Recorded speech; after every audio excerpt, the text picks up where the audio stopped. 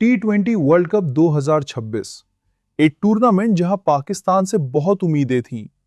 Fans को लग रहा था कि इस दफा टीम ट्रॉफी जीतकर वापस आएगी, लेकिन जो हुआ उसने हर क्रिकेट फैन को डिसअपॉइंट किया। पुअर परफॉर्मेंसेस, कंफ्यूजिंग डिसीजंस और रिपीटेड मिस्टेक्स ने पाकिस्तान का कैंपेन एक नाइटमेयर बना दिया। लेकिन सवाल यह है कि असल में गलती हुई कहां? आज हम इमोशन नहीं, फैक्ट्स और क्रिकेट लॉजिक की बुनियाद पर पूरा एनालिसिस करेंगे। Point 1, wrong selection. सबसे पहली और शायद सबसे बड़ी गलती थी स्क्वाड सिलेक्शन। पाकिस्तान ने एक्सपीरियंस को इंपॉर्टेंस दी, लेकिन करंट फॉर्म को इग्नोर कर दिया। बहुत से फैंस और एक्सपर्ट्स का मानना था कि सफियान मुकीम जैसा attacking left arm spinner T20 conditions के लिए ज्यादा सूटेबल ऑप्शन हो सकता था, लेकिन मैनेजमेंट ने शादाब खान पर ट्रस्ट किया।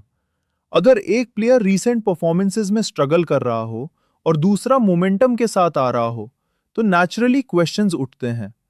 T20 क्रिकेट मोमेंटम का गेम है, रेप्यूटेशन का नहीं। Point 2, too many allrounders. दूसरी बड़ी प्रॉब्लम थी स्क्वाड बैलेंस। पाकिस्तान ने स्पेशलिस्ट बल्लेबाज और स्पेशलिस्ट बॉलर्स की जगह ऑलराउंडर्स पर ज्यादा भरोसा किया। पेपर पर ऑलराउंडर्स टीम को फ्लेक्सिबिलिटी देते हैं, लेकिन जब वो बैटिंग और बॉलिंग दोनों डिपार्टमेंट में एवरेज परफॉर्म करें तो टीम की स्ट्रेंथ कमजोर हो जाती है। चैंपियन टीम्स यूजुअली स्पेशलिस्ट पर डिपेंड करती है, जो अपना रोल परफेक्टली निभाते हैं। Point 3, Babar Azam eight number 4। तीसरी और सबसे कंफ्यूजिंग स्ट्रैटेजी थी बाबर आजम को नंबर 4 पर भेजना। बाबर की स्ट्रेंथ न्यू बॉल को कंट्रोल करना, इनिंग्स बिल्ड करना और प्रेशर एब्जॉर्ब करना है। उनको मिडिल ओवर्स में भेजने का मतलब था कि या तो वो स्टार्ट से अटैक करे या ऑलरेडी प्रेशर में बैटिंग करे। हर ग्रेट प्लेयर को उस पोजीशन पर खिलाना चाहिए जहां वो मैक्सिमम इंपैक्ट क्रिएट कर सके। अगर आप अपने बेस्ट बैट्समैन का रोल ही चेंज कर दें, तो कंसिस्टेंसी कैसे आएगी? Point 4, brainless captaincy. अगर इस टूर्नामेंट की सबसे डिसअपॉइंटिंग चीज की बात की जाए, तो वो कैप्टनसी डिसीजंस थे। कैप्टन आगा सलमान के ऐसे मूवमेंट्स में नजर आए जहां उनकी स्ट्रैटेजी समझना मुश्किल था। सबसे पहली मिसाल इंडिया के मैच की है। उस्मान तारिक अपनी मिस्ट्री स्पिन की वजह से इंडियन बैट्समैन के लिए चैलेंज बन सकते थे, लेकिन उनको 11वीं ओवर के बाद अटैक में लाया गया। मेरे नजदीक अगर उस्मान को पावर प्ले के बाद या मिडिल ओवर्स के शुरू में बॉलिंग दी जाती, तो इंडिया पर प्रेशर और ज्यादा क्रिएट हो सकता था। दूसरी तरफ इंग्लैंड के खिलाफ सिलेक्शन भी हैराकुन थी। क्रिकेट फॉलोअर्स जानते हैं कि इंग्लैंड की बैटिंग लाइनअप कई दफा क्वालिटी स्पिन के खिलाफ स्ट्रगल करती है।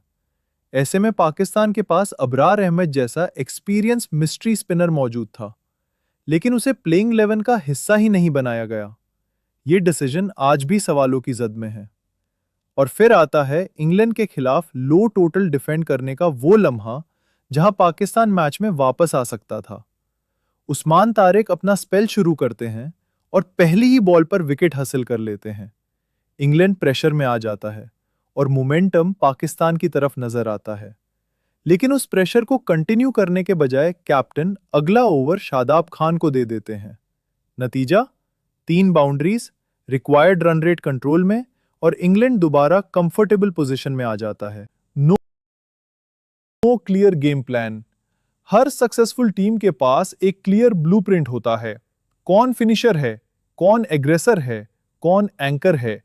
पाकिस्तान की बैटिंग ऑर्डर और बॉलिंग चेंजेस देखकर कई दफा लगता था कि मैनेजमेंट खुद भी परफेक्ट कॉम्बिनेशन ढूंढ रही है। और जब वर्ल्ड कप के अंदर एक्सपेरिमेंट्स किए जाएं, तो रिजल्ट्स अक्सर डिसअपॉइंटिंग ही होते हैं। एंडिंग। पाकिस्तान के पास टैलेंट की कभी कमी नहीं रही। प्रॉब्लम टैलेंट नहीं, प्लानिंग है। प्रॉब्लम प्लेयर्स नहीं, सिस्टम और डिसीजन मेकिंग है। अगर सिलेक्शन मेरिट पर हो, प्लेइंग 11 बैलेंस्ड हो और कैप्टनसी मॉडर्न T20 के मुताबिक हो, तो यही टीम किसी भी ओपोनेंट को हरा सकती है। अब सवाल आपसे है, पाकिस्तान की सबसे बड़ी गलती क्या थी? Wrong selection, wrong playing 11, captaincy या कुछ और? अपनी ओपिनियन कमेंट्स में जरूर बताएं। और अगर आप ऐसी डिटेल क्रिकेट डॉक्यूमेंट्रीज देखना पसंद करते हैं, तो क्रिक हाउ को सब्सक्राइब करना मत भूलिए।